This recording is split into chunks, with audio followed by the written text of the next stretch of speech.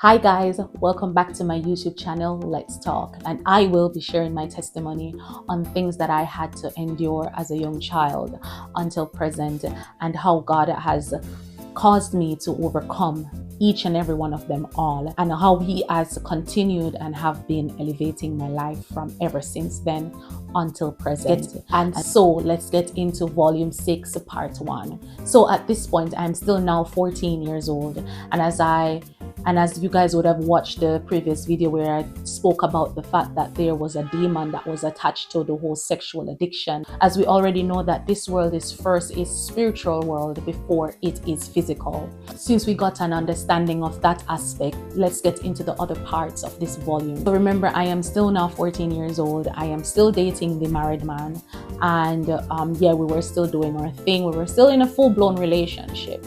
However, I had not mentioned that during this time, myself and my brother, we had to go to my dad's business place because my dad owned a very big business complex in Clarendon, Jamaica.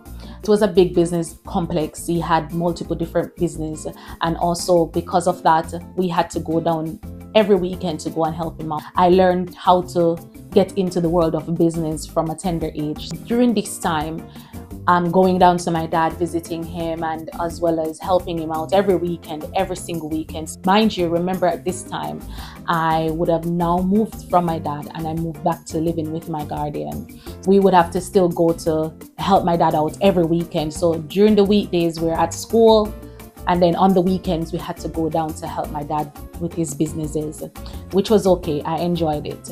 And as well, it taught me a lot. But this was where I met one of his DJs. So my dad owned a music sound. So where you can play at parties, so you can rent the sound and then you can play it at parties. Yes, so he owned the musical sound that was very, very popular and is still very, very popular.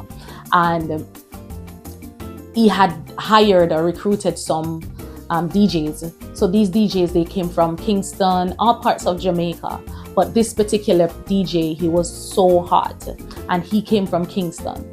But because they had to stay for a length of time before they went back to their homes, my dad had built some boarding quarters as well. So this is where all his workers and his children would stay whilst where they are helping out at the business complex. So yes, so when I met him, after about 2 weeks, we started sleeping with each other. And at this point, remember, I was still dating the married man who was the taxi driver. I started losing interest in him because now I found this guy. His Kingstonian accent was very nice at the time as well. So it was like, this one is different, because Kingstonians, especially if you're born and grow in Kingston, you have a different accent from those that lives in the country area. Yes. So his accent was very captivating. And so I wanted to be with him. So I think that was what drew me to him. And as well, he had a very nice body physique. Remember that my guardian's ex-partner, who was her partner at the time, we were still doing our thing where he was still performing orals on me. That was still happening whilst I was still dating the married man. And then now I met this new DJ at my dad's place, business place, and we were doing our thing also. As I said, I started losing interest for the married man, so I wasn't seeing him as much as I would. I started to hide him out because I was losing interest in him, because I was more focused on the DJ.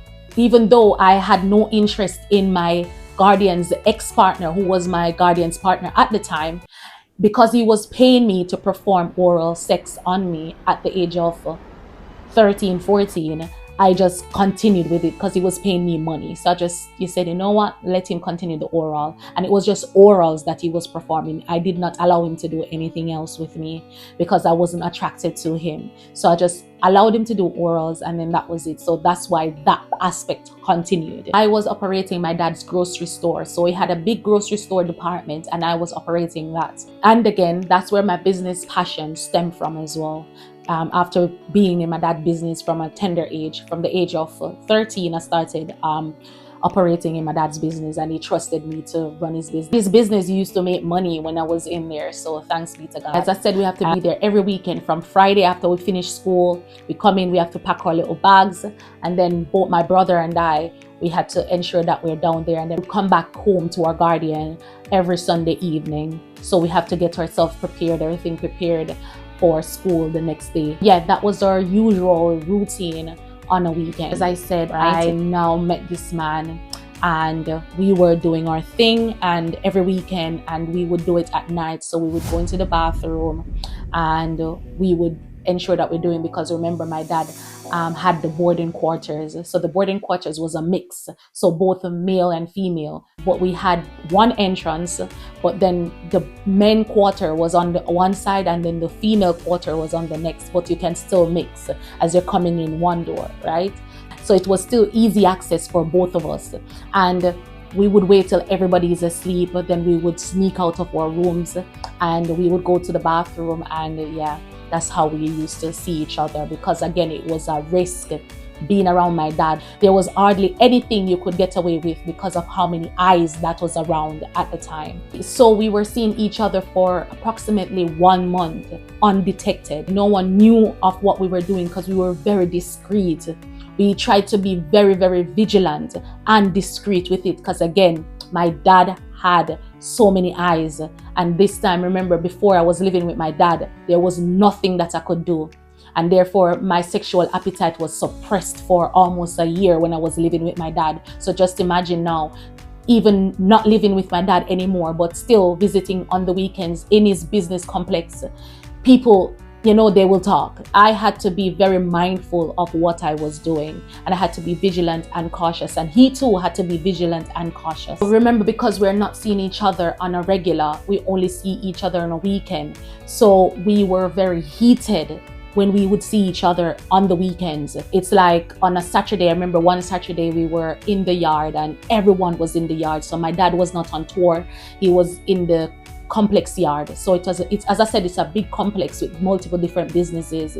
He had an auto part shop, a pub, so which is a bar. He had the grocery store and another sports bar upstairs, the grocery supermarket.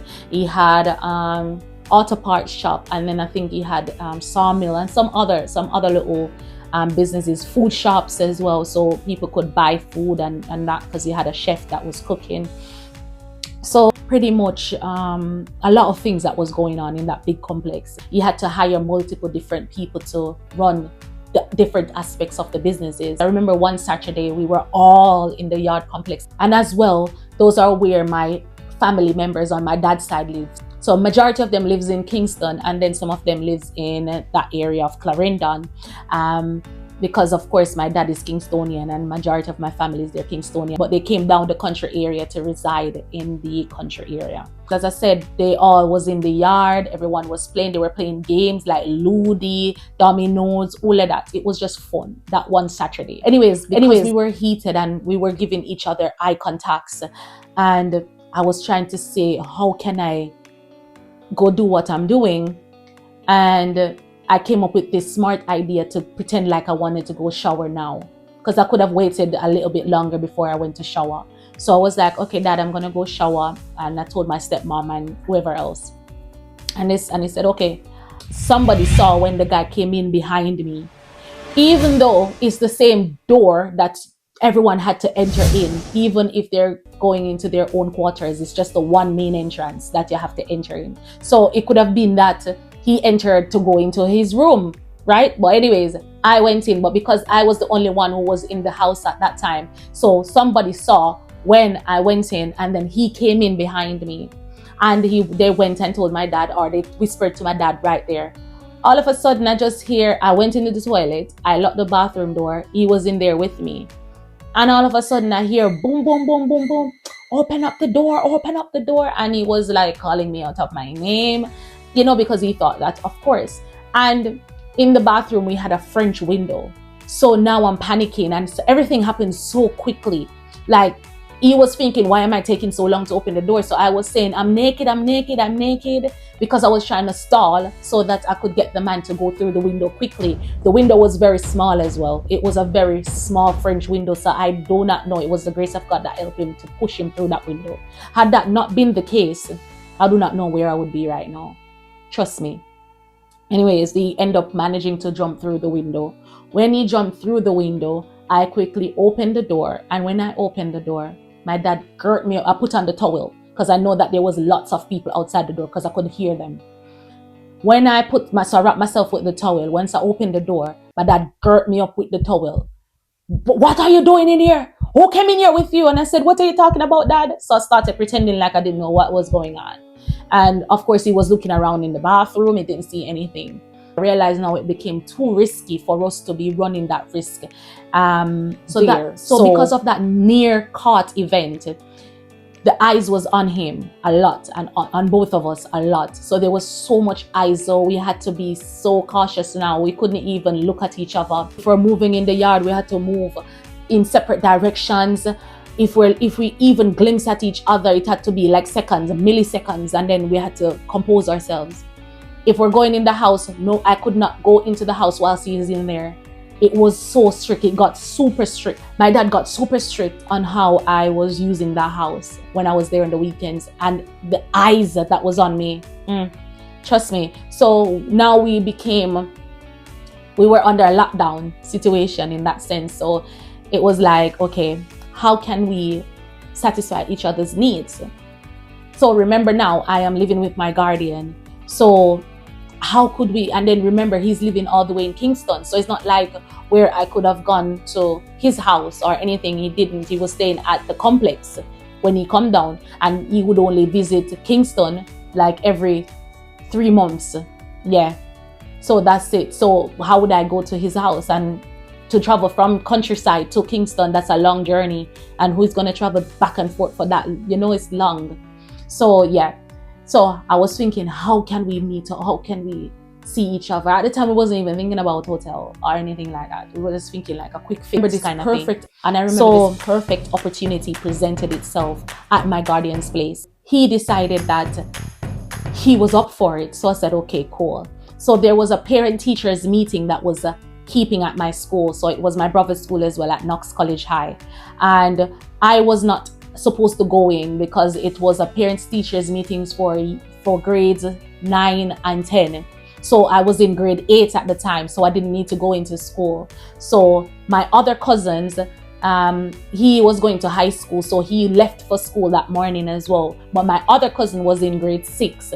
He didn't have any school, and so he was home with me. So it was just him and myself. So my guardian had left us some money. Me and the DJ, we planned, and we said, okay, once she leaves, I'm gonna use my brother's phone to call him, because my brother had left his phone. I used my brother's phone to call him, delete his number, of course, because I was moving very careful with anybody's number, any man's number. I was moving very careful. I was outsmarting my families at this point. So he came, and we thought that we could quickly do what we were doing before my cousin came from the game shop. So again, my guardian had given us money to last us for the day, and my cousin would have gone up into the town to go and play a game at the game shop. I was in the toilet showering, and I'd closed the front door at this point, and I was taking a quick shower to, freshen up, and I hear knocking on the door, and I'm thinking, who is that? And the man had already hid himself in the room. Quickly run out of the toilet, quickly look into the room, and I said, my cousin is here, because I could see him through the window. So once I opened the door, I was like, oh, you're back quick. Run back to the toilet to wash up myself. And I was thinking, as I was in the bathroom, how can I get rid of my cousin? Because he came back so quick. So I was thinking, how can I get rid of him? So I gave him some money, and I said, cause I don't need my money. You can take my money if you want to go play more games. And then he said, oh, you think I'm an idiot? And I said, what do you mean? And he said, don't you think I see the man in your closet putting on a condom?